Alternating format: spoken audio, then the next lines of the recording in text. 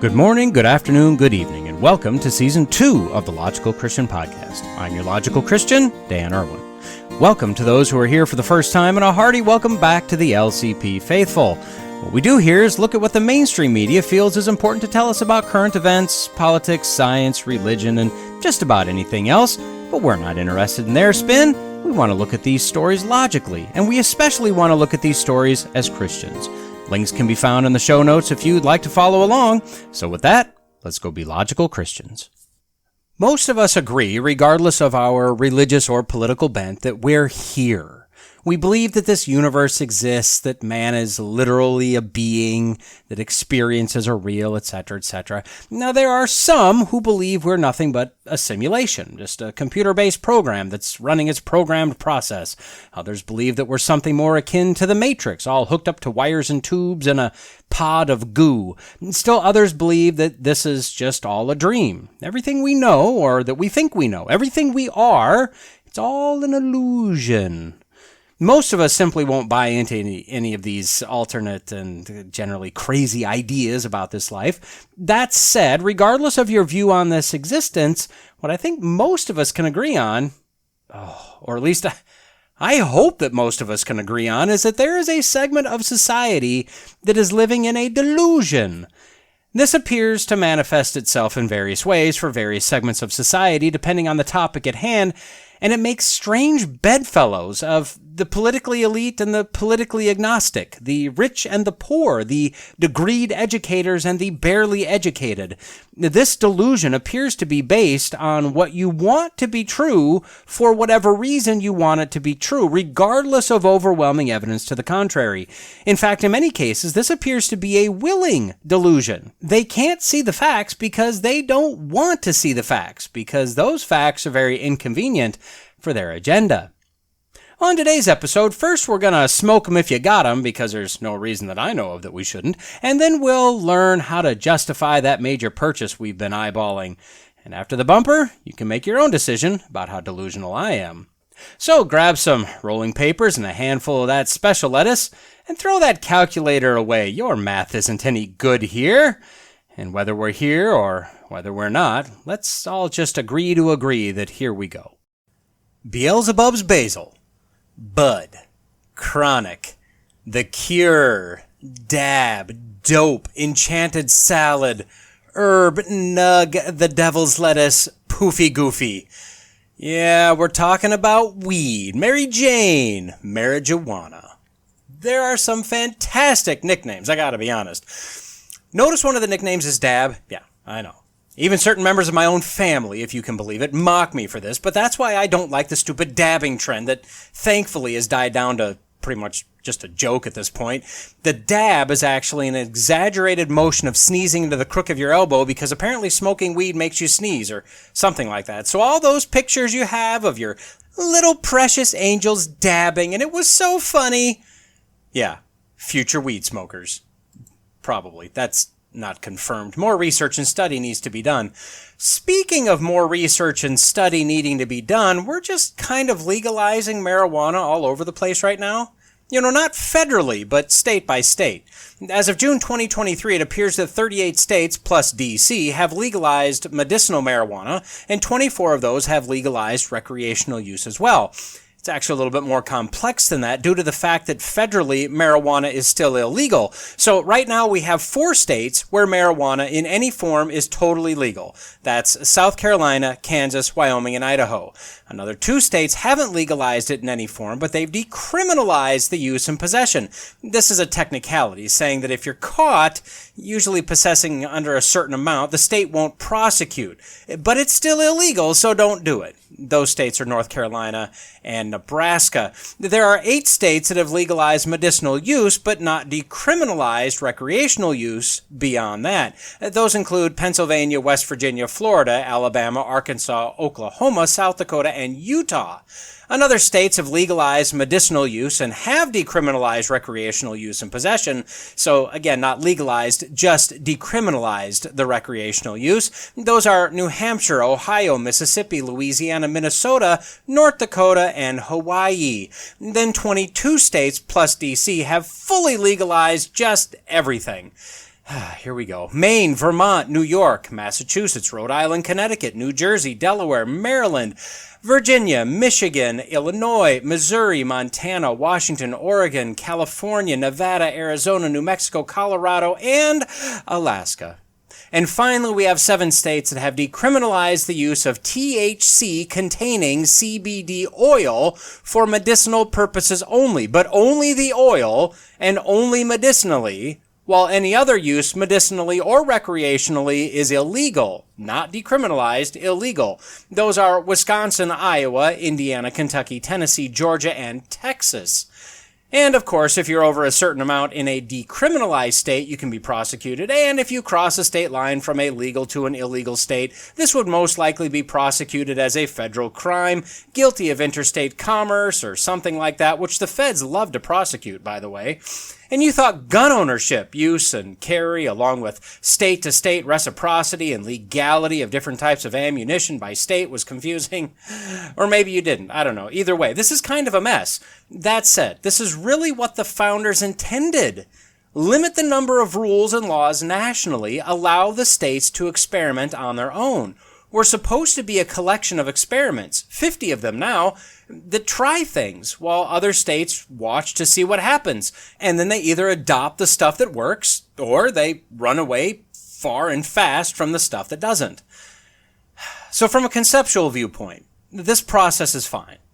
I came across this article found on MarketWatch via MSN.com. Headline, MasterCard moves to stop cannabis purchases with its debit cards.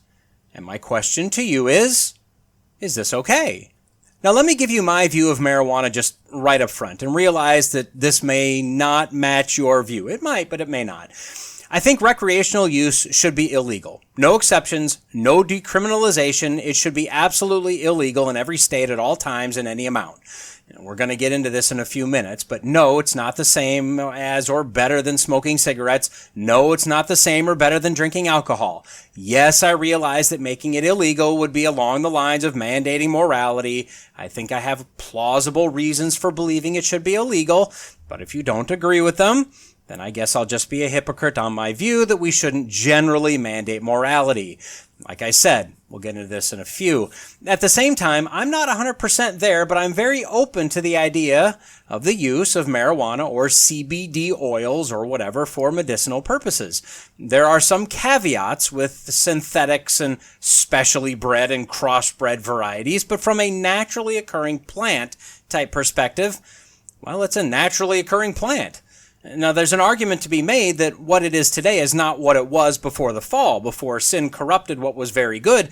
But I think there's also an argument that could be made that it's exactly what was originally designed for use before or after the fall as, say, a natural painkiller or something. I really don't know. We know that before the fall, the intent for human life would be to live eternally, but could humans get injured?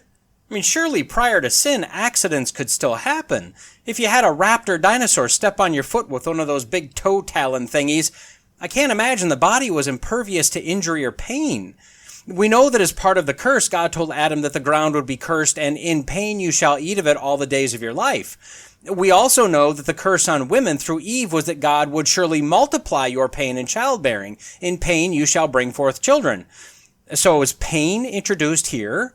Or did Adam already know what pain was? For Eve, God said that he would multiply the pain in childbirth, not add pain. If you multiply zero pain by anything, you still get zero. But if pain was minimal and it was multiplied, well, that's different. Bottom line, I just don't know. I have to believe that pain was possible prior to sin. But what we do know is that marijuana was created by God. So to me, the use of non-modified natural herb or oils seems like something we'd at least want to pursue and experiment with very carefully, very controlled. The problem we have today is that just about everyone has a something that they could need marijuana for, and there are more than enough doctors, and I use that term loosely, that are more than happy to prescribe it for you. Now, if you disagree, let me bring in Mr. Opioids to the conversation. See, opioids, I'd argue, have a use as well, as long as they're carefully controlled by medical professionals. Again, they've shown to help people and massively destroy other people. And these are pretty much all synthetically produced, mostly just chemicals and compounds smashed together into a tablet or put into a capsule or whatever you do with them. But if you're okay with things like codeine, Vicodin, Percocet, hydrocodone, morphine, oxycodone, or any of so many other opioids, then I'd argue you shouldn't be firmly set against the use of naturally occurring plants for medical use. But if you're still not convinced, that's fine. That's your call. Personally, I don't foresee a time when I would personally, like I said, request marijuana, but then again, I don't foresee a time where I'd want morphine either. Although, admittedly, both of those times could potentially come. Back to this article. Depending on your worldview, your initial reaction to the headline of MasterCard not allowing cannabis purchases with their debit cards was either very positive, good, it's about time, or negative, well, who do they think they are? So, what exactly is MasterCard doing? Well, the opening paragraph pretty much lays it out. Quote, MasterCard Inc. has demanded that U.S. financial institutions block cannabis purchases on its debit cards, marking another setback for the legal marijuana industry. A spokesperson said, quote, as we were made aware of this matter, we quickly investigated it. In accordance with our policies, we instructed the financial institutions that offer payment services to cannabis merchants and connects them to MasterCard to terminate the activity. The federal government considers cannabis sales illegal, so these purchases are not allowed on our systems. So see, since weed is viewed the same as heroin, a Schedule I substance under federal law, well, financial institutions are apparently not allowed to process financial transactions. It makes sense, right? Except, as various representatives of various cannabis companies point out, it's legal in all sorts of forms in nearly every state. And it's a legitimately recognized business that pulls in $3.7 billion of tax revenue, at least in 2022. The short article wraps up by pointing out that there is currently a bill in Congress that would allow pot companies to use the banking system while still not legalizing or rescheduling the substance, but it's not moving through very fast, and really nothing is expected to change in this Congress. So now that you know why MasterCard took this action, what do you think? Initially, did you hope that it was some sense of morality that briefly ran unchecked through the credit issuer? And then you shook your head and laughed because that's not a thing they do. So should they be allowed to process transactions, or is doing this okay? I mean, I guess if I were forced to make a decision, I'd say that they should be allowed to process transactions. The federal government is more than happy to take the tax revenue, so they've de facto told the suppliers that they are a legitimate business. You may say, no, that this is a good thing that they're doing this. We don't need to be promoting this kind of evil. Well, what if the feds decided that cigarettes are illegal? Which they could. They're heading that direction. But again, the tax revenue is way too tasty. Alcohol? Still okay with this? Guns? See, that feeling you just felt is called conflict. The feds would absolutely make guns illegal. All guns. If they could, they just can't. At least for right now. What if they made it illegal to process financial transactions to hate groups? You do know that they'd classify any church that dare speak out against abortion, homosexuality, transgenderism, whatever, as hate groups, right? How many churches are utilizing online billing services or automatic debiting for their offerings? Now, I still have a checkbook, and a handful of times every single year I'll write some checks, but that process is dying out. It's online bill pay, auto debit, debit cards, chips in the hands or foreheads. I mean, that's how people are paying and being paid these days. The problem we've got is that, as we all know, we're a divided nation. And this divide isn't what it used to be. This divide is deep and wide, deep and wide. There's a gulf that's forming deep and wide. You can't be heretical with a Sunday school song, right? As much as I disagree with mandating morality, as much as I agree with the founders that each state should be an experiment unto themselves, the reality is we're a nation, 50 states, but one nation. And certain things like the banking industry is federally regulated. So when you get into a situation like this where the feds make laws, but they won't enforce them, and the states make their own laws, and they might enforce those, but the feds will absolutely enforce the laws against the financial institutions, then we do actually need to make some federal decisions as to how we handle issues, at least from a macro level. The problem is that we're making decisions at the federal level based on income to the government. See, they don't want to enforce weed being illegal because that would hurt their tax revenue. But they'll absolutely enforce the banking rules because if MasterCard violates those rules, well, they'll be fined, rather heavily, I'd imagine, thus more revenue. Insert the love of money is the root of all evil reference here. But assuming this country stays united, we're going to need to make some decisions as to how we treat various issues. Now, personally, I'd advocate for allowing the states to make most decisions on most things. But we need to make good decisions, informed decisions, decisions based on the real scientific method, not what passes for science today. So let's play a layman's version of this game with regard to legalizing marijuana, shall we? The libertarian position is to legalize absolutely everything, but let the people pay for their consequences. So no tax dollar-sponsored Narcan vending machines. If a private group wants to do that, that's up to them. If the druggie wants to purchase a gift basket of Narcan products, that's up to the user. Although in theory I could agree with this, in practice this would be a disaster. Of course, you get arguments like found a few weeks ago on the AP, again via MSN.com, headline, Scotland wants to decriminalize drugs. The UK government just says no. Their argument was, quote, that removing criminal penalties for drug possession would allow for the provision of safe, evidence-based harm reduction services. Well, I've heard this argument before, you probably have too. A few countries have actually tried this with varying degrees of success. The premise is basically, our war on drugs isn't working, so let's go the complete opposite direction and pretend that if we just run everything through the government can help. Now, would you trust our government to get this right? I know I wouldn't. I think the vast majority of humanity would agree that drugs like, say, heroin, meth, crack, not good for human consumption. The disagreement would mostly come in as to what's the best way to fight these drugs and the addictions, not if they should be fought. But with weed, it's different. Nobody's arguing that it's not a drug. Everyone agrees it's a drug. The argument is based on a couple main premises. One, is this a gateway drug or not? And two, is this more, the same, or less harmful as compared to smoking, chewing, or drinking? The commonly accepted vices. To me, if this isn't a gateway drug, and it's the same or less harmful, then okay, legalize it if you want. If it is a gateway to harder drugs, which are almost universally agreed to be bad, or if it has an excessive risk of greater harm, then based on our findings, we need to decide if we're willing to move the goalpost of acceptable risk of harm to self or others, and then make this legal, or keep it illegal and enforce the penalties. Either way, we better be real sure before we arrive at a conclusion and take action. What we don't want to do is harm people who under normal circumstances wouldn't have been harmed because we made an uninformed decision. And while studying the issue, we need to err on the side of caution, which means it stays illegal with enforcement until a consensus decision is determined. Now, this is not what we see today in anything. God created us with both emotions and logic. We all have both of those in varying degrees. When performing an analysis like what we're talking about here, we use the scientific method, which should be devoid of emotion entirely. This is a very cold view of data only. The scientific method is a very simple process to define.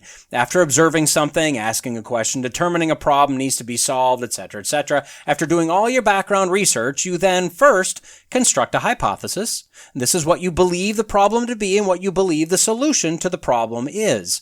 Next, you test with an experiment. Now, this could take many forms based on what your problem and proposed solution is, but this must be a controlled experiment for a specific period of time, resulting in the collection of data. And then you would analyze the data. Upon completion of the experiment time frame, that data is analyzed to determine results.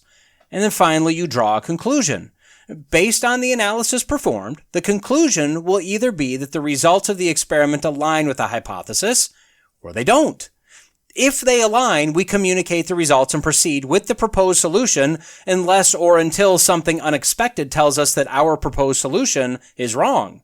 If our results don't align well, or they don't align at all with our hypothesis, or after implementing the solution we discover something unexpected, we now have a collection of data and results that we utilize to form a new hypothesis, and we repeat the procedure.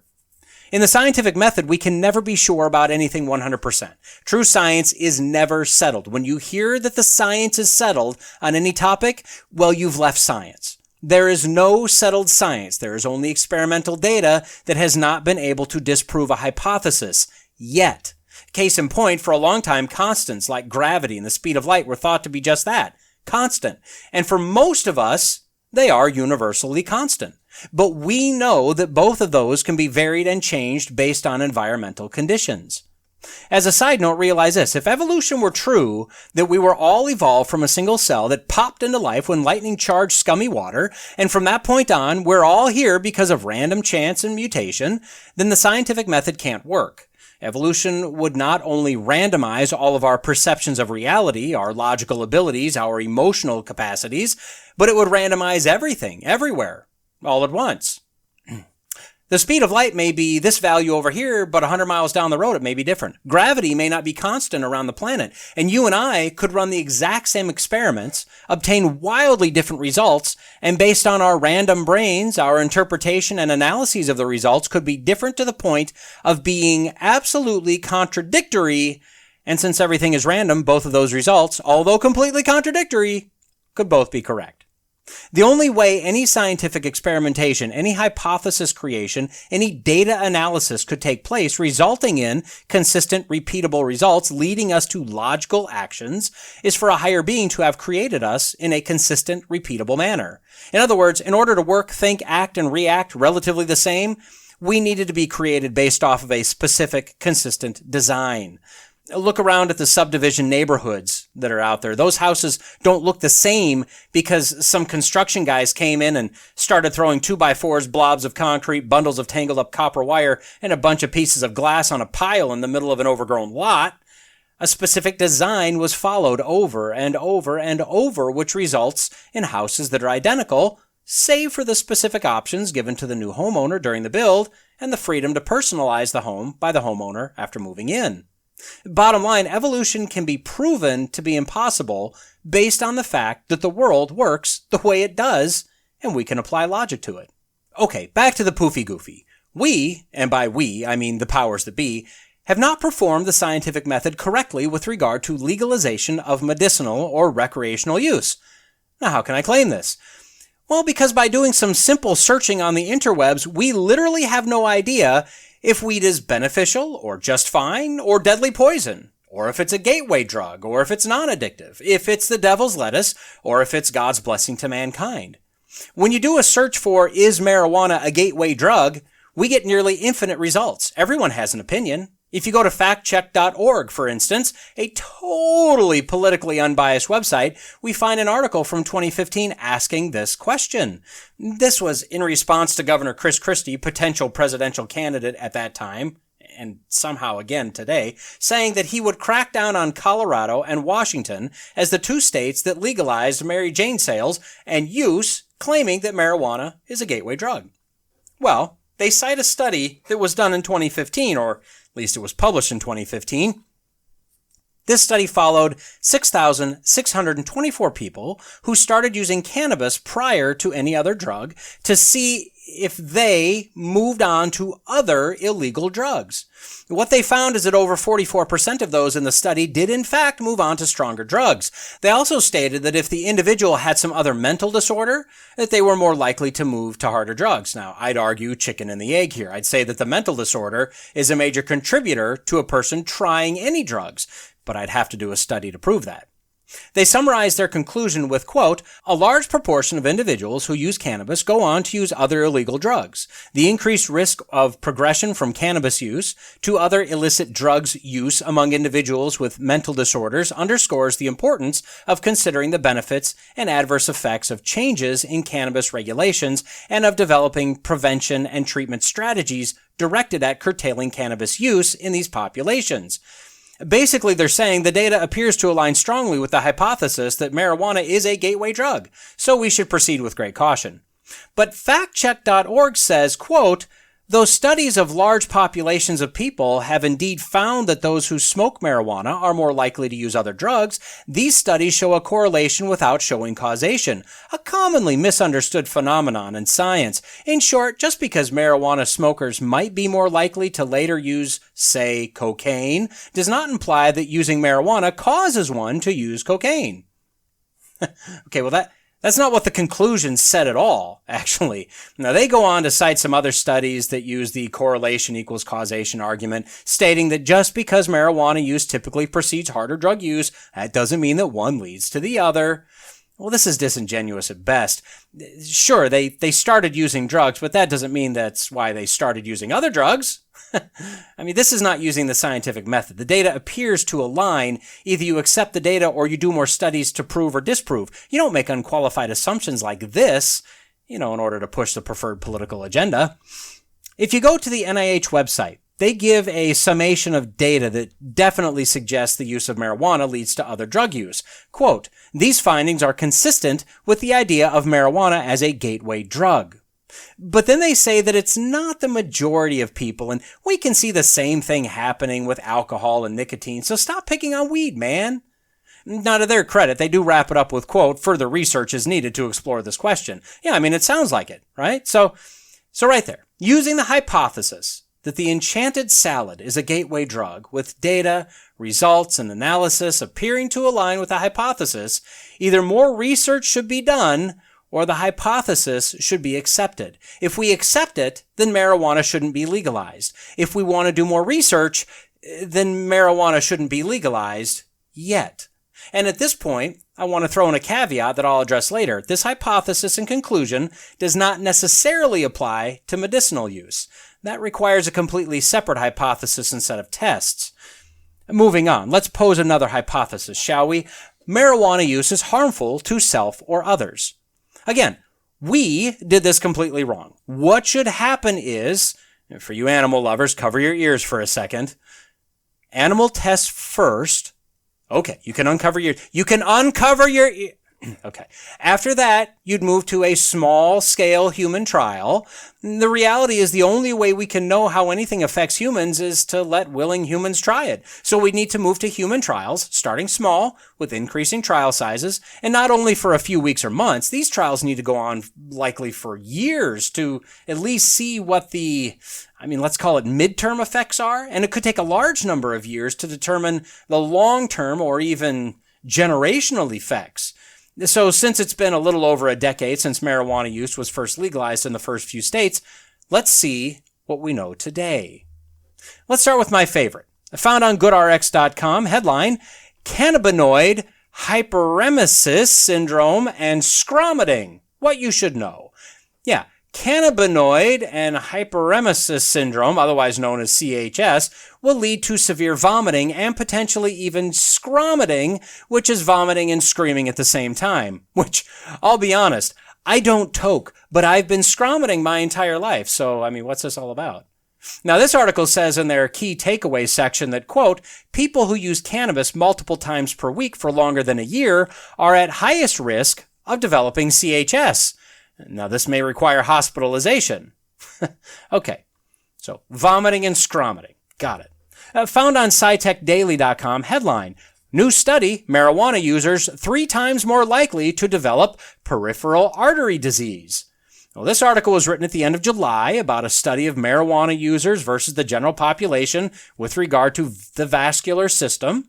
According to the CDC, 50 million Americans have used marijuana at least once, so people are starting to think that maybe we should see if that's a good idea or not.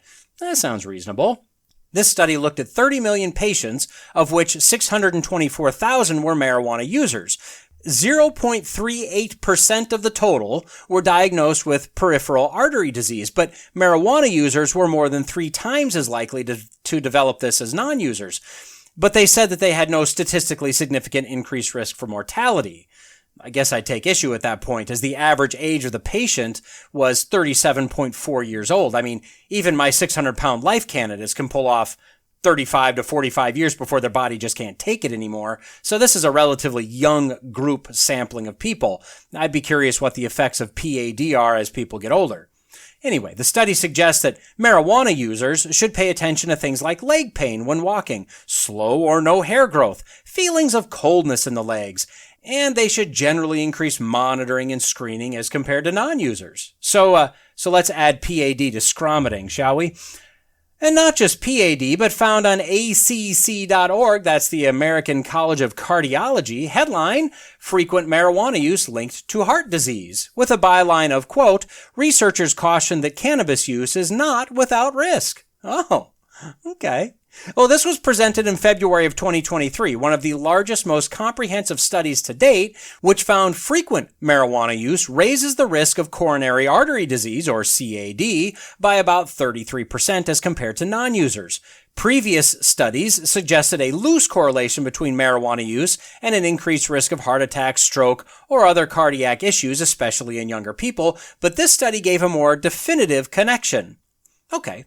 Scromiting, PAD, and CAD. So we're starting to see a definite pattern of marijuana use and harm to self developing here. Let's keep going. This is fun, isn't it? Found on ncbi.nim.nih.gov. Yes, it's just that easy. Headline, harmful effects of smoking cannabis. A cerebrovascular and neurological perspective. Now, let me just quote from the abstract of this government study. Quote, apart from being used as a medicine, cannabis or marijuana is the most widely abused recreational drug all over the world. The legalization and decriminalization of cannabis in Canada and various states of USA may be the underlying reason of the widespread popularity of it among young population. Various studies have reported about the relationship between cannabis use and different detrimental effects like cardiovascular, cerebrovascular, and neurological complications among different age groups. Specifically, the young population is getting adversely affected by this harmful yet readily accessible recreational drug. Although the mechanism behind cannabis-mediated neurological and cerebrovascular complications has not been elucidated yet, the results of these studies have confirmed the association of these diseases with cannabis. Given the lack of comprehensive study relating these harmful complications with cannabis use, the aim of this narrative literature review article is to evaluate and summarize current studies on cannabis consumption and cerebrovascular/neurological diseases, along with the leading toxicological mechanisms. Now, you likely understood more of those words than I did, but what I gathered is that the fact that we've said, yeah, you can use it, is a leading contributing factor to people using it. I also see that they're admitting a confirmation of the connection between use and various issues in the brain and the nervous system. And to me, that doesn't sound good. But still, scromiting, PAD, CAD, cerebrovascular, and neurological issues. We're still talking about a you problem, though. Now, another division of NIH, this one being the National Institute on Drug Abuse, found on nida.nih.gov, headline, what are marijuana's long-term effects on the brain?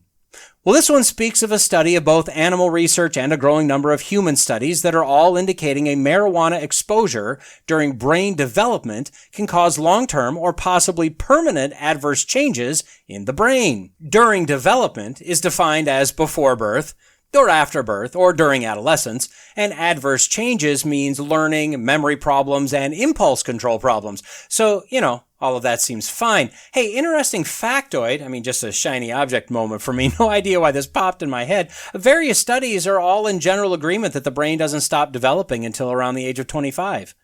No idea why that random nugget would have just popped into my mind. Oh well.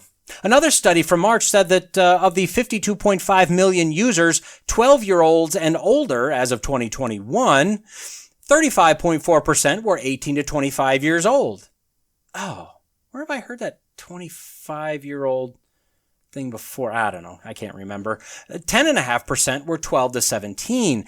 So about half of the users are under 25 years old. That should be fine, right? It wouldn't be legal if it wasn't fine. All right, let's see where we are here. Scromiting, PAD, CAD, cerebrovascular, and neurological issues, memory, learning, and impulse control problems. I got it all so far? I think I do. Found on psychologytoday.com, headline, are depression and cannabis use linked? Now, the byline throws out the chicken or egg scenario, which is a solid question. Which issue comes first? The article says, quote, it has been well documented that using cannabis during adolescence increases the risk of psychosis, especially in vulnerable youth. In other words, those whose genetics include the risk for mental illness with psychosis, such as schizophrenia. Okay, well documented psychosis. Okay. This article, published in 2019, goes on to say, quote, "Now a recent study indicates using marijuana regularly during adolescence is associated with depression in the young adult years. There's a risk of changing neurological development by the frequent intoxication from THC during years when brains are rapidly growing and changing." Okay. Scromiting, PAD, CAD, cerebrovascular and neurological issues, memory, learning, and impulse control problems, psychosis, and depression. In fact, also found on psychologytoday.com, headline, "Is marijuana a gateway drug?" So no, don't worry, I'm not going backward to that question. I'm primarily interested in a little list of short-term and long-term effects of marijuana use well into the article from 2018. Now, they call these potential effects, but let's take a look at them, shall we? Short term: memory consolidation difficulties, anxiety, paranoia and panic attacks, increased probability of psychotic symptoms, hallucinations, decreased reaction time, increased risk of heart attack and stroke, coordination problems, which impairs things like driving, sexual dysfunction, mostly for males. Of course. Oh, okay. Some of these sound suboptimal, right? Right? But surely, in the long term, long term, lower IQ, especially when use starts early, poor school or work performance, impaired ability to perform complex tasks, lower life satisfaction, relationship problems, antisocial behavior such as stealing money or lying, financial difficulties, and unemployment, and addiction. Now, sure, adding all of these things up, we've got a lot of stuff that only affects the user. Few that could maybe have an effect on other people, but still, you can surely understand why our beneficent government overlords would legalize marijuana use. I mean, people want to use it, and also tax dollars, right?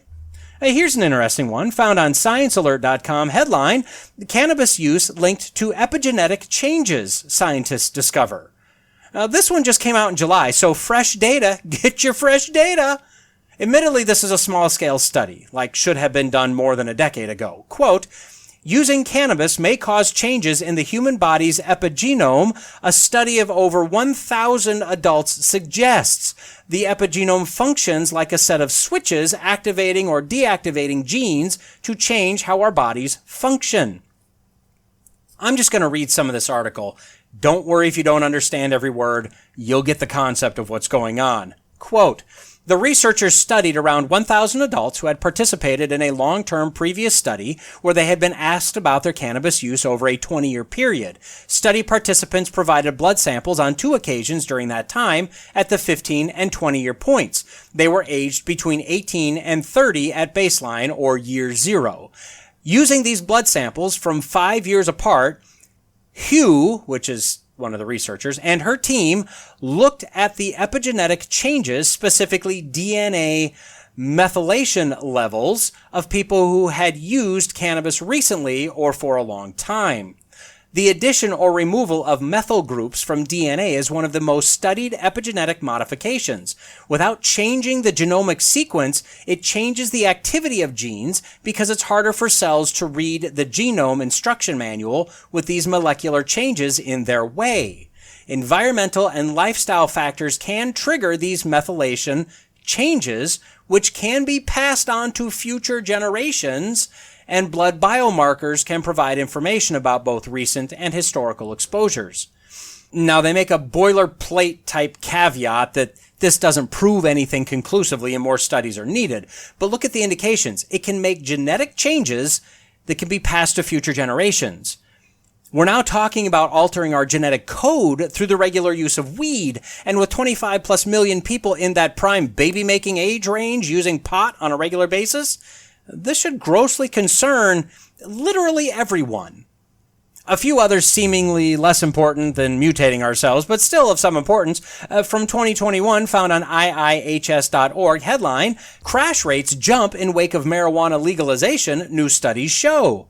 Quote, "Crash rates spiked with the legalization of recreational marijuana use and retail sales in California, Colorado, Nevada, Oregon, and Washington. A new study by the Insurance Institute for Highway Safety, the IIHS, and another by the affiliated Highway Loss Data Institute, HLDI, show. But don't worry, hospital visits aren't really up. Just accidents. And who really cares if you have a car accident? No big deal, right? But apparently Minnesota's getting ready for legalization starting in August. Found on CBSNews.com headline, Law Enforcement on alert for impaired drivers as marijuana becomes legal. Plan to boost drug experts. So you remember our hypothesis, marijuana use is harmful to self or others? Well, clearly, I think very clearly, by all appearances, even if 90% of what I cited was proven to be wrong, marijuana use is harmful to yourself. Others comes in with an impaired drivers, increased accidents, and mutating your offspring. It seems like the data is correlating with the hypothesis, and further recall, if the hypothesis is proven correct, or if it's at least trending that way, needing more study, we shouldn't legalize the use of marijuana. The problem now is that we can't put the horse back in the barn. That sucker is gone. So why would all these states legalize marijuana when there appears to be a connection between weed and harder drug use, and it clearly causes harm to self and clearly causes harm to others? Well, let me present you with some other words that you might be familiar with. Abortion, gay marriage, transgender affirmation, conversion therapy bans, green energy, bans on gas stoves, dryers, water heaters, and gasoline generators, plastic recycling, electric vehicle mandates, and the COVID so-called vaccine. We don't do science anymore. We make decisions. And those decisions aren't based on scientific studies, data, and analyses. Those decisions are based on emotion, political expediency, power, control, and money. Science tells us aborting a baby is murdering a human. Science tells us that marriage isn't a thing that gays can do, as they can't fulfill one of the key points of marriage. Science would tell us that you can't be the gender you're not because you feel like it, even if you mutilate yourself. And the list goes on. Science, real data does not agree with any of these decisions and policies. We are a society disconnected from truth. Even worse, we're a society that's disconnected from searching for, finding, or even caring about the truth. We are literally being run on emotion and financial gain. God has granted humanity, as part of his common grace, the scientific method, the ability to logically evaluate a given scenario and arrive at a decision. We have so disconnected from and rebelled against our Creator that we now even refuse to utilize the common grace gift of logic. This would be akin to us holding our breath because God created air and I don't need his air. This would be a fascinating thing to watch, not in a positive way, just in a sheer disbelief way, if we weren't living in the middle of it and reaping the consequences of it. I mean, who would have taken the bet that humanity over the last, say, 100 years, but especially over the last 40, would just eschew logic and real science, treating it as baseless alchemy, while elevating feelings and faux empathy to levels of authority? It's simply amazing. Okay, now I want to come back to my caveat. Medicinal marijuana or cannabis or THC-containing oils or whatever. In light of all we've covered, and I have no doubt that this is the most rapid-fire, comprehensive collection of cannabis-related data you've ever heard, and all the links to the various articles and studies are in the notes if you want to dig deeper. So in light of all we've discussed, should we pursue medicinal uses for cannabis? In my opinion, we absolutely should. But we should do it using information we already know. We should do it carefully and scientifically, and we should follow the data rather than following emotion, empathy, and the almighty dollar. All, or we can at least agree that nearly all medications have side effects. The question is the side effect more acceptable than what's trying to be addressed? So taking into consideration the studies that have been done, there may be a use for medicinal marijuana in some or various forms, and I think we would do well to be open to that possibility, especially if we're fine with all the other forms of drugs and medications currently being used in the medical community. Just because we've labeled something as an illegal drug doesn't mean it can't have real legitimate uses if used correctly. Were you aware that cocaine is actually used medicinally in the ear, nose, and throat specialty as a topical anesthetic and vasoconstrictive or blood vessel constricting effects? This helps in nasal surgeries and controlling nosebleeds, for instance. But this is strictly controlled, dissimilar to the Hunter Biden method of just jamming as much up his nose as he possibly can. So, should cannabis be considered for medicinal use? Well, I think so. Do I have confidence that the scientific medical community will evaluate the applications and side effects scientifically? As with everything, don't discount things just because you always have. I grew up in a no drinking, no smoking, no dancing, no music with a beat church. Now don't get me wrong, it was a great church. It was full of great people, and I'm happy for the upbringing I had. It was just a very traditional Northern Baptist church. Since then, I've had to come to the place where I don't consider drinking alcohol a sin, but getting drunk is. I don't drink alcohol. I don't think I would feel right drinking alcohol. That would violate my conscience. But I don't believe that drinking, not getting drunk, is a sin. I don't consider smoking a sin, although again, I'd never do it, and I'd be just fine if nobody ever did it. It kind of stinks. I do consider addiction a sin, but would that extend beyond nicotine and legal or illegal drugs into, say, caffeine, sugar, food, or name any of the infinite things that any of us are addicted to in some degree? So illegal drugs, because of their addictive nature, I believe can't be utilized without eventually placing them above everything else, making the drug your idol. That's a sin. But medicinal use is very different than recreational use when done and controlled properly. So I think it's at least worthwhile to pursue carefully medicinal cannabis, even when our hypotheses regarding recreational use are easily proven correct enough through basic Google searches to say that we should have never legalized or decriminalized recreational use of marijuana. Okay, now it's your turn. Let me know what you think. How wrong am I, or how right am I? Contact info is in the notes. Go. It seems like everywhere you turn, there's someone that's trying to tell you how to make more money or save money. And especially these days, although we have this stellar economy, and don't you dare say differently, with infinity jobs to be had, a buttload, which is a valid measurement, of extra cash for everyone, practically free everything. For some reason, the fearmongers out there, the Biden haters, are trying to tell us how to make, save, and or invest money at a point in our history where money is more of a concept than a reality. But what I haven't heard enough about, and what I definitely haven't tried yet in order to stretch my hard-earned, my received dollar, is delusion. Well, that's about to change. Found on AOL.com, yes, that's still a thing, headline, Girl Math. The TikTok trend where young women justify their spending isn't a lifestyle or a delusion. It's proof that Gen Z is starting to believe money isn't real. Okay.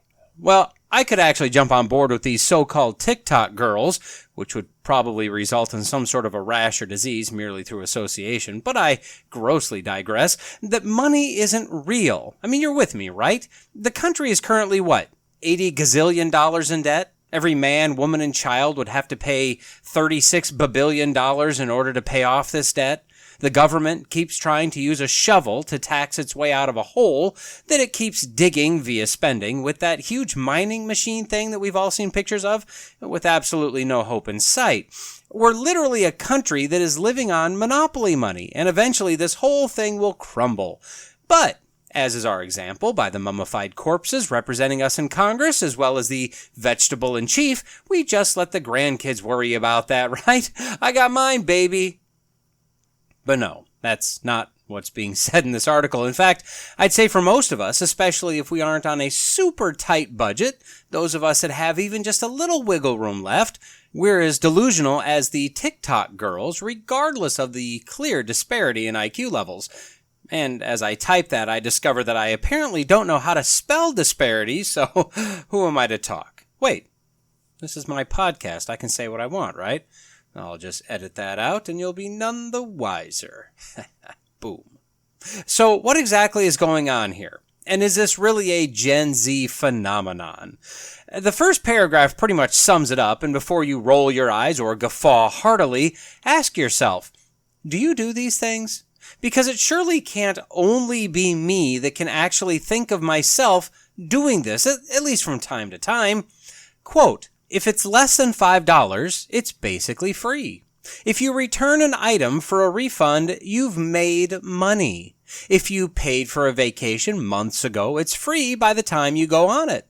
And if you buy something using cash you found in your pocket, it's also free.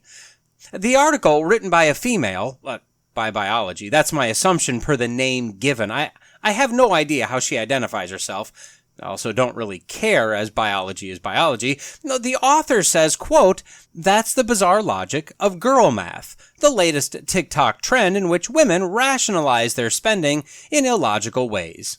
Now, she classifies this as one of the girl trends going around and further attributes this to women only, but I'd argue that this state of mind isn't just in women. I'd maintain that all of us do this in various ways at varying price points. She says that this appears to be an emerging attitude that money isn't real, therefore spending is easily justifiable.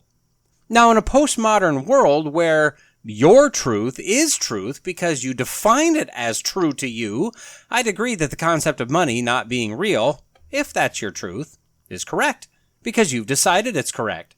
There are indications across the country, to be sure, that money is nothing more than a concept, maybe a burden, maybe something that evil rich people have because they steal it from the rest of us. We see the thugs and mobs rushing into everything from high-end clothing, jewelry, and accessory stores to the dollar stores, just calmly collecting their wants and walking out with them. The parent corporations, the store owners, and our government overlords have told us to all just let it happen. It's not worth risking injury or your life to stop them. And heaven forbid that we're allowed to defend ourselves via our founding fathers' stated, inalienable Second Amendment right, even if you're a trained security guard. No, money is just a concept. But it's not, right? I mean, someone needs to pay for that stolen merchandise. Now, sure, it may be insurance companies, but they aren't there to lose money, so their rates go up, which means you and I, the schmucks that still believe in honesty, well, we end up paying more for our stuff to offset the increased costs to whichever company is standing by watching their junk walk out the door. What about the now 2-year fight to forgive student loans, or some of the loans, or loans for some, or whatever? Well, despite the insistence by the undead in Congress, the government isn't just not collecting money. They literally act like that money never existed, but it did exist. It used to be in our paychecks, ever so briefly, until taxes took their cut.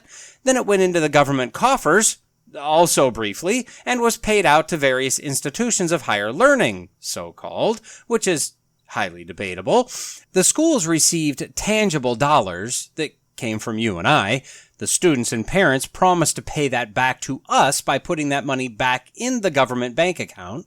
But since that was so long ago, and it's all done via ones and zeros, it's all fake anyway. So, just like the TikTok girls, it wasn't real, so who cares?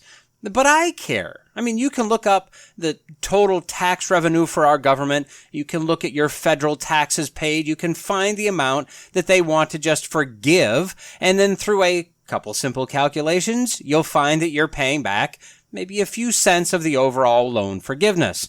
But that's a few cents I'd rather have rattling around somewhere in the center console of my car than to give it to someone I don't know for something I don't agree with. And don't get me wrong, I'm a fan of charity. I give to a number of charities regularly and to various other needs from time to time. I just don't like to be forced to be charitable to what someone else feels is important. That's not charity, that's theft.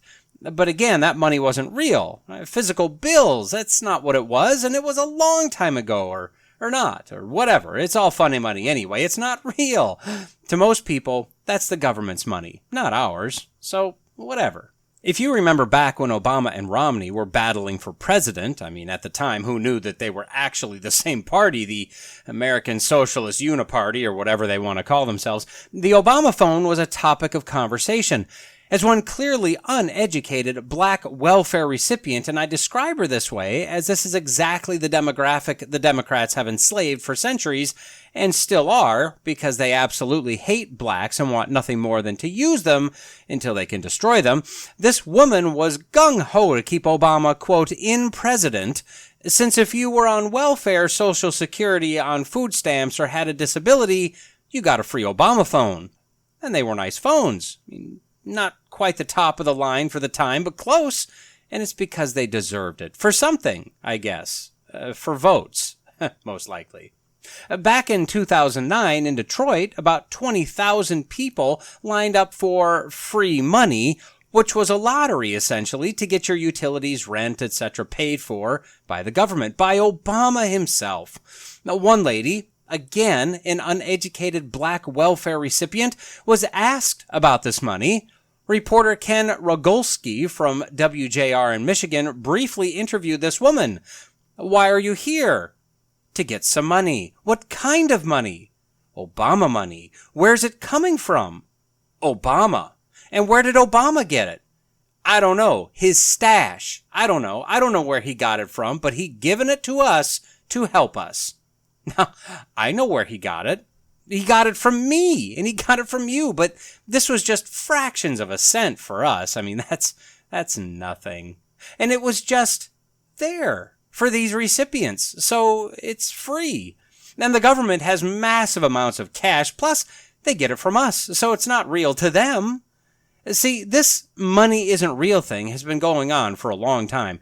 Look at Ukraine. We've given them somewhere in the neighborhood of $100 billion in aid and equipment since this war started, and probably way more than that, all to try to cover up the Biden crime family illegal dealings in Ukraine, because let's be honest, that's literally our only interest in keeping Russia out of that country. If it wasn't for that, we couldn't possibly care less. But that's government money, not our money. Except no, again, that's our personal dollars and cents from our tax dollars, from our wages, from our trading our labor for money that's going over there. At the end of 2022, the average personal income for Americans was about $63,000. If you made $63,000 per year, you would have to work nearly 1.6 million years to make $100 billion. That, to me, seems suboptimal. But again, we don't think about it. The government doesn't think about it. Ukraine doesn't care, as the oligarchs just get richer by pilfering our aid dollars. It's all funny money. It's not real to us. Now, these are big dollars changing hands, but back to our article. We do this on an individual level too.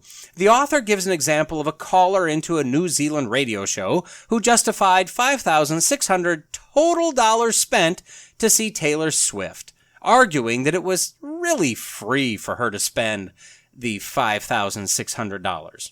See, she was going to go to Sydney, to go to all 4 back-to-back Swift concerts. So she's flying round trip to Sydney one time to see 4 concerts. So she's not spending money on 3 additional round-trip tickets, just the one. So she's saving the cost of the 3 round-trip tickets that she's not buying.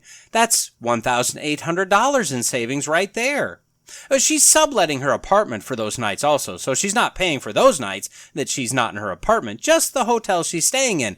So she's making money there.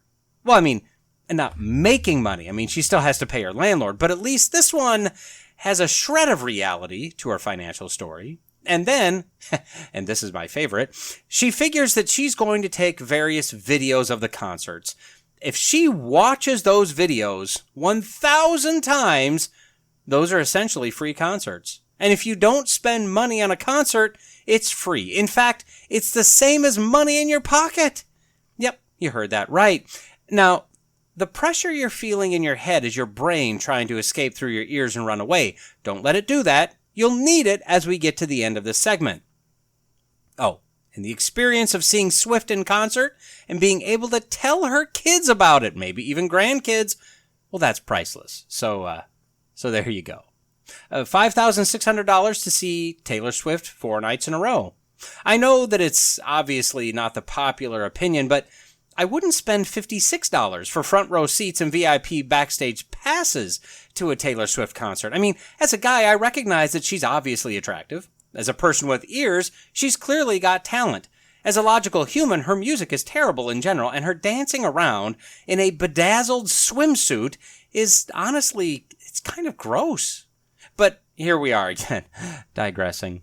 This is eerily similar to what probably all of us have joked about in the past. If the sale is 25% off, well, if I buy 4 of them, it's 100% off, and that's free. So I'd be stupid not to buy at least 4, or if I buy more, I'm making money at that point. The more you spend, the more you save.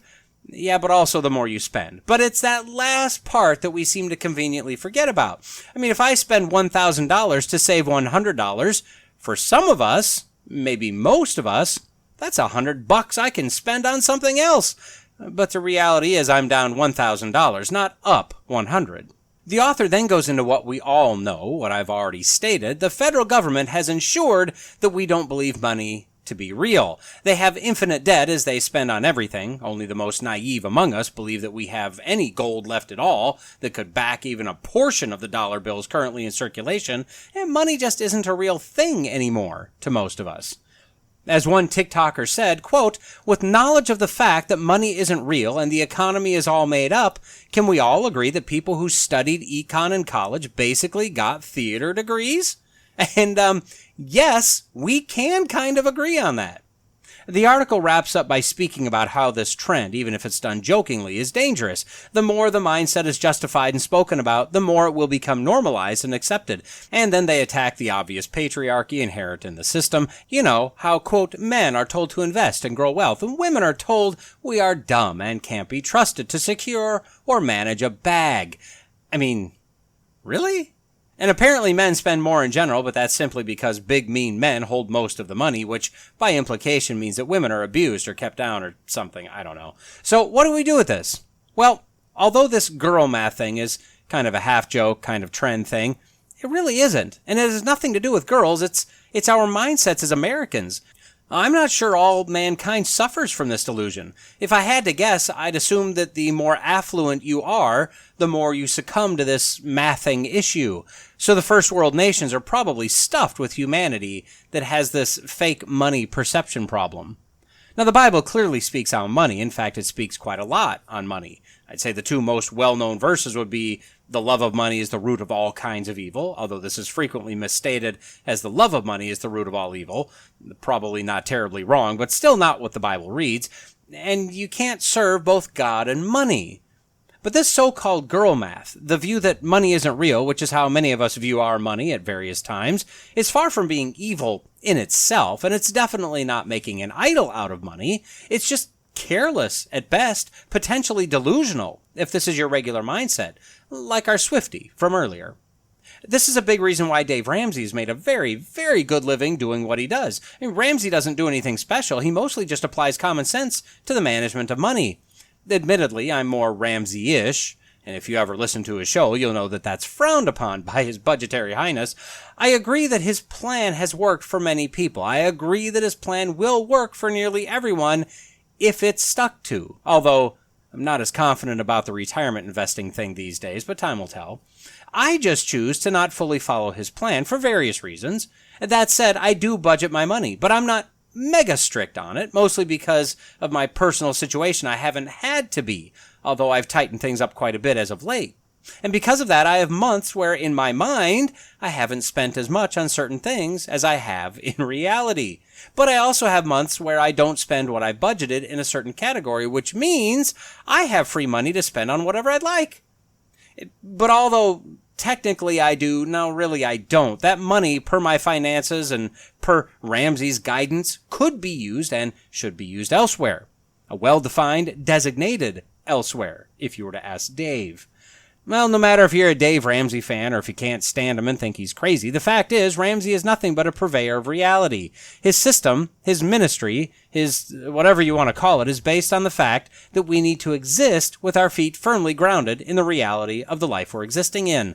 As much as the world derides the Bible as silly or simplistic or fantastical, useless, or even hateful and evil, it is literally the only belief system that is grounded and can ground us in reality.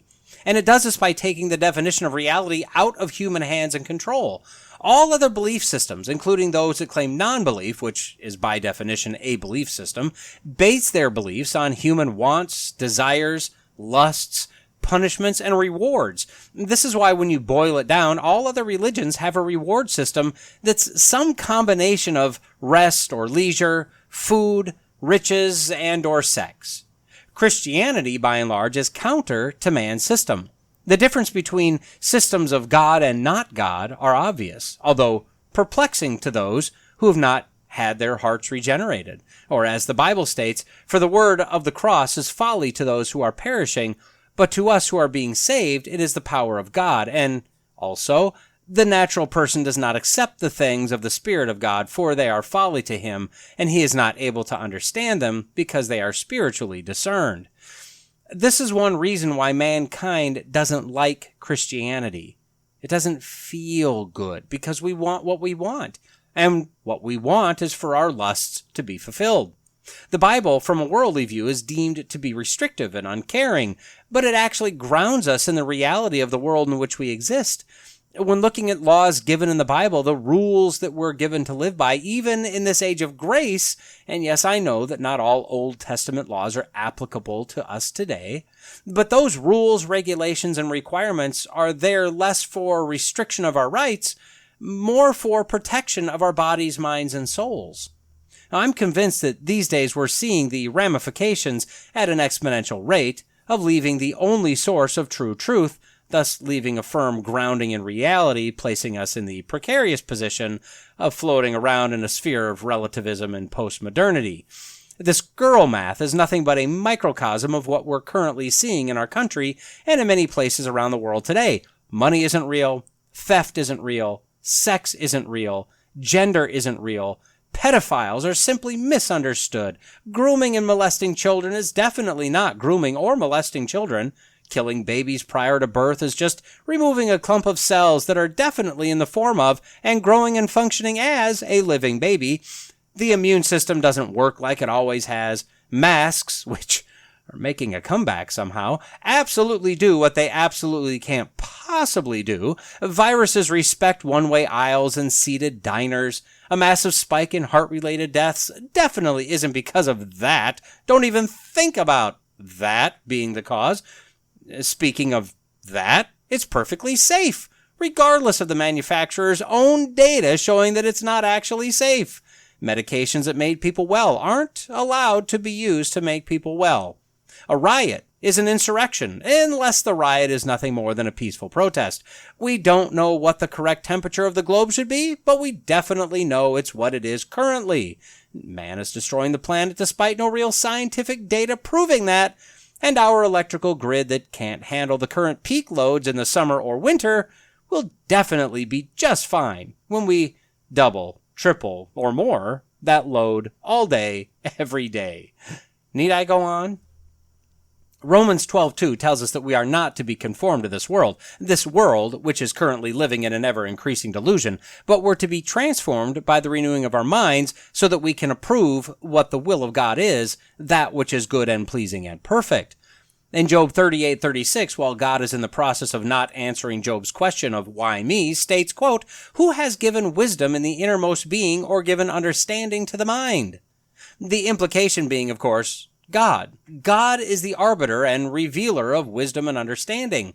In Proverbs, speaks about wisdom 61 times in 58 verses, depending on your translation. We know that the fear of God is the beginning of wisdom, and Proverbs expands on that basic truth, including the fact that God founded the earth by wisdom and established the heavens by discernment. I mean, even God, who can do what he wants, who can perform miracles as desired, exists in the realm of wisdom, discernment, and reality. We, as a species, are choosing to walk farther and farther away from reality. We're calling foolishness wisdom and wisdom foolishness. We're calling delusion reality and reality delusion, and we're calling good evil and evil good. And as Isaiah 5:20 states, quote, "Woe to those who call evil good and good evil, who substitute darkness for light and light for darkness, who substitute bitter for sweet and sweet for bitter." If you look at our current situation, woe would probably be a good way to describe it.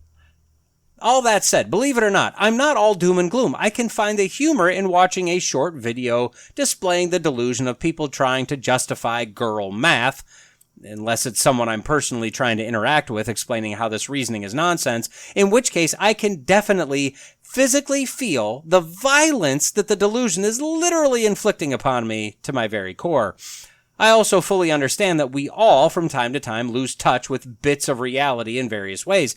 But on a macro level, I have to believe that the way the people in the days of Noah were described is what we're rapidly degrading to, because we refuse to eschew delusion, cling to reality, and pursue the true truth found only in the Bible. I believe that despite the overwhelming percentage of those claiming to be Christian, despite the large number of churches across the country, the number of people, like hopefully you and I, that are grounded in truth, that are grounded in reality, is very small. Sadly, a large number of churches these days are clearly and rapidly sliding into a land of delusion, disconnecting from reality, ignoring wisdom, and misleading their flock into the false wisdom of the minefield of the enemy. So it's left to you and I, and fortunately for us, God. We must grasp hold of reality, refusing to let anyone pry reality, truth, and wisdom from our grip. There are those that are searching, reaching through the darkness of this world, desperately looking for a glimmer of light, the hope of truth. We need to be prepared to be God's instrument, if He so chooses, that's used to lead them by the hand into the light of reality. This world may be on the way out, return of Jesus may be imminent, or it may be centuries or millennia before Christ comes to claim His bride. Either way, our job remains unchanged. So although we can laugh at the apparent insanity presented to us 30 to 60 seconds at a time, we can't lose sight of who and what we are, of where we live, of the condition of the world around us, our calling and our job, and of the necessity for us to live in reality grounded in the truth found only in the Scriptures. Well, we've reached the end of another episode of the Logical Christian Podcast. Don't forget to like, subscribe, comment, review, share, and all that podcasty stuff. Contact information can be found in the show notes if you'd like to reach out to me. Lawrence J. Peters said, "Against logic, there is no armor like ignorance." Jesus told us that if you abide in my word, you are truly my disciples, and you will know the truth, and the truth will set you free. So stay in the word, stay logical, stay faithful, and until next time, God bless. Okay, well, we've reached a point where something needs to be done. I'll be the first to admit that one of my main struggles is self-control. That and patience. But that's what sanctification is, right? I mean, we don't need to be masters of all fruits of the Spirit, but we should have them all in various amounts, and we should be working at improving them, right? Now, here we are at goal update number 29. I saw a meme. Yes, I know it's meme, but I like to say it the wrong way. I saw a meme the other day. It was something asking, "How's life?" And I say, "It's on track." And the image is an obviously destroyed, just decimated track on the side of a river at about a 45-degree angle on the bank where the ground had given away and kind of slumped over. And the caption says, "This is the track." And yeah, I totally get that. But for the grace of God go I. Or go you, I guess. I mean, I'm actually in it. Now I need to get out of this again, which is my custom, as it turns out. So when it comes to diet and exercise, here's the thing. Action needs to be taken. You know, without looking at this every week, I don't know that I would really notice that, but I just don't feel well. Right? I mean, I can tell that the glasses are a little tighter on the head. It's hard to think of yourself having a fat head, but here we are. The blood pressure seems to be up a little bit more. Now, I haven't checked it. I'm just guessing, but it just feels like it might be. Pants are getting a little tighter again. It's not unmanageable, but it's definitely more than it needs to be. So I don't actually know what I was on weigh-in Tuesday, this last Tuesday, as in my rush to get to work on time, I neglected to weigh myself. Why? Well, because I'm not doing it on a regular basis, so I'm not thinking about it in the morning. My best guess as to where I am is somewhere between the 196.6 from last week and 200 pounds, but I don't really know. This week I should get a better read of it. What's funny is that 200 pounds is high for a guy of about 5'8", maybe a little shorter as I've gotten older, so we'll say 5'7" to 5'8". I don't look like I'm 200 pounds, and my fat to muscle to frame combo really doesn't make it as bad as it could be if I had, say, no muscle tone, but I feel it. In the past, I'd probably just ignore it for a while and just kind of get used to how I feel again and just kind of keep on going the wrong direction. But I can't do that this time. I really need to get back at it. So here's the plan. I said I would have some sort of a plan this week. Here's the plan. I want to be 175 by the end of December, or really by about Christmas, essentially. And yes, I plan on pigging out over the Christmas break. I've set up my goal tracking spreadsheet to look at my current weight each week, look at my goal of 175, do the math automatically, and tell me what I'd need to lose on average for the remaining weeks in order to hit the goal. So right now, I'd need to lose about 1.6 pounds per week to hit my new goal. If I end up being 200 pounds on, say, this Tuesday, weigh-in day, it would go to 1.7 pounds per week. Now, those are aggressive, but they're doable numbers, I think. Now, I'd say that anything over 2 pounds per week is probably getting out of the realm of possibility for me. Not impossible, but approaching it. This means, as much as I hate dieting, and I hate exercising, and wow, do I ever, I need to get after it.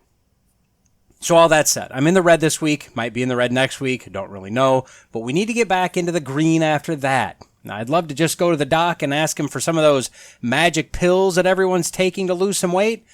But no, I refuse to take a pill for something that I can do naturally. I mean, this is like asking someone or paying someone to mow your lawn. I can still do it. I'm going to still do it. Okay, moving on. Let's do the quick stuff first. Devotions, on track, green. We're moving through Exodus again, currently through the book of the law, which is made up of chapters 21 to 23. Pages read, not quite where I'd like to be for the week, but 60 pages read over the last week, bringing the total to 4,898 pages. I'm happy with the progress overall. I actually really like the current book I'm reading. I just haven't had the time, in combination with not being focused on reading it. But this is still green. Okay, we're okay there. As for Bible reading, on track for last week with 5 out of 7 days, digging in like I want to, the way I want to. That brings my goal percentage to 80% overall. Now, I've got this as a light green for now, although if I want to bring that percentage up, obviously I need to go above and beyond my weekly goal. Again, it's a matter of time and energy. I mean, doing a deep dive study as well as reading a deeper book, it isn't something that can be done when you're tired or you're not focused because of whatever's going on in life at the time or whatever. Now, all that said, that's going well. I'm finding some interesting stuff as I read, at least I think it's interesting. And then at this point, in the chronological reading, I've almost made it through Job. And in the in-depth study portion, I've almost made it through Genesis 2. That's a couple months to get through the first 2 chapters of Genesis. Like I said, we're going deep. So, what did I find this week that maybe you'd like to ponder? All right. In Genesis 2:6, the Bible speaks of how the earth was watered and no rain had fallen. We know that it was watered from below, but how? Well, curiously, if you look at some of the main translations, the NIV and the new LSB call it a stream. The NLT calls it a spring. But the ESV, KJV, NKJV, NASB, and the YLT, that's the Young's literal translation, which I really like. I would never want to read that as my primary, but I really like it. Well, all of those call it a mist. The Hebrew word, which is word H108 in Strong's dictionary, is eighth. It's spelled ED and pronounced eighth, sort of. And it means a fog, a mist, or a vapor. It's only used twice in the Old Testament, once here and once in Job, where Elihu was speaking of God being the maker of rain, which I could see rain being more of a mist or a vapor as opposed to a stream. So why do a few Bible translations translate it as stream or spring? And I don't know. It's something to think about. Incidentally, in my notes that I'm taking, I'm notating things where I want to do a little deeper dive eventually, or things I have questions on so that I can go back to them later. And I don't know when later is, but that's what I'm doing. All right. Notice that in Job, the way that Job speaks, and he speaks a lot in there, he knows that God is in control of his affliction. As in, God is sovereign and ultimately responsible for the turmoil that Job is going through. Notice that he didn't blame Satan, as if Satan is the bringer of bad and God really can't do anything about it. Job knew that God is completely sovereign, good or bad, blessing or curse, regardless of the method or deliverer of the bad, whatever it is, God is sovereignly controlling everything. I say that because I think that Christians in general hold God to be completely sovereign, except where it may not make us feel as good as we'd like. And then we make excuses. Well, Job was very confident who was in control of all of these stuff that we, on the outside, would look at and call bad. Let's go back to Genesis 2. Notice the hands-on approach that God took with man, with Adam and Eve. He formed man. He breathed into him. He planted a garden. He placed man. He caused him to sleep. He took a rib. He closed the flesh, and then he fashioned woman. Through the rest of creation, from what we're told in the Bible, God spoke things and they were. We generally think of God as forming man. We've talked about that a bunch of times. But the care that God took to create man, create woman, and create the environment, I mean, he could have thought or willed or spoke all of that, but he was personally invested in this creation. No matter what we're told, humanity is a very special creation. Each and every person, an image bearer, personally formed by God. Moving back to Job. This event likely took place after the flood. This entire Job story took place after the flood, somewhere between the Tower of Babel and Abram's appearance on the scene. That seems to be the agreed upon location. This would place the event about 350-ish years after the flood. In that time, 3 married couples had a bunch of kids, who had kids, who had kids, and according to Job 28, major industrial type advances were already in full swing by that time. Humanity was never a brainless caveman. By the time of Job, man was mining for silver, for gold, for iron. They were smelting copper. All of this apparently deep underground as they were able to bring light to the darkness, and they were apparently rappelling into these mines, and on top of that, they were damming rivers to look for riches or other discoveries. These were smart people. All right, moving on. Job, the book of Job, makes it sound like Job himself was one of the city elders that held the morality of the city together. Now, we know he was an elder of some prestige, right? He had some riches and some, power or whatever in the city, but it sounded like he was someone of a lot of prestige. But it sounds like he was kind of the moral and ethical glue for this city. When he was afflicted and no longer able to take his seat at the city gate, he says that the justice was undone, that security was uprooted, and mercy was no longer maintained. Well, Job in chapter 29 speaks about what he did before being afflicted this way. If you're curious, look it up and read it. He lists a large list of things. But on a larger level, isn't this the fear of most men? Maybe most people. I'm not sure. I can only speak as a man. What will my legacy be? Is what I'm doing important? If I die tomorrow, will anyone find what I've been doing important enough to continue on doing it? And to be honest, we really shouldn't be concerned with that. That's not really up to us. And when we move on or pass on, that's really up to God if someone else is going to maintain what we've done or keep doing what we've been doing the whole time. We're not to be worried about it anymore. But we can see that apparently the city started to fall apart, morally, without the strength of Job. As the book opens, Job was blameless, upright, fearing God, and turning away from evil. Apparently he was a moral rock, a cornerstone for this society. And finally, back into Genesis. God didn't need to open the side of Adam to take a rib.